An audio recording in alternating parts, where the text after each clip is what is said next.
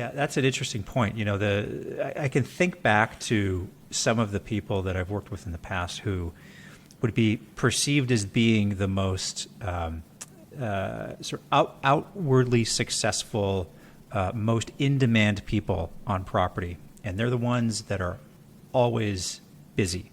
And they're always telling everybody how busy they are. It's not the person who's quietly sitting back, killing their numbers, getting great results on everything. Profitability, P&L's coming in great, forecasts look good, scheduling's good, expenses look great, guest reviews are good. Like the people that quietly just crush everything are oftentimes the ones who get passed over for promotion because people don't actually think that they're doing anything. Correct. And they find being introspective, they find being modest.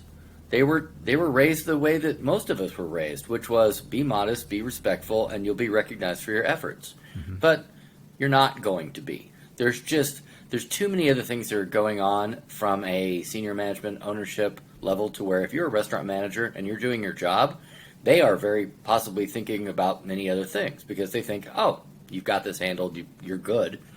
But that doesn't necessarily mean that they're tracking your accomplishments. And you do so many things within a given day and a given week to where you create an environment to where you're not managed, which means that you'll be passed over for a promotion when that time comes because you're not the person who's promoting yourself. Right. Sorry to cut you off, but don't wait good. For that yearly review. If you even have performance reviews in your restaurant or in your hotel, a lot, surprisingly still today, a lot don't. But don't wait for that yearly or even quarterly review that comes up, hoping that your manager is going to recognize all the great things that you've been doing because they've got 100 other things that they're focused on. Absolutely. And my jump from general management to director of operations here in Chicago was built very simply on the fact that I would flood the owner's emails every week with ideas.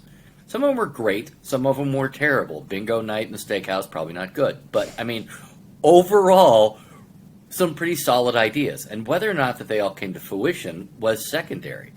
I was operating as though I had the position, and I was doing so trying to be an entrepreneur for the restaurant and not just being in my position for management.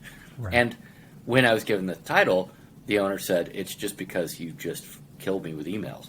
And that was my way of saying, hey, this is what's going on. This is what I think you should do.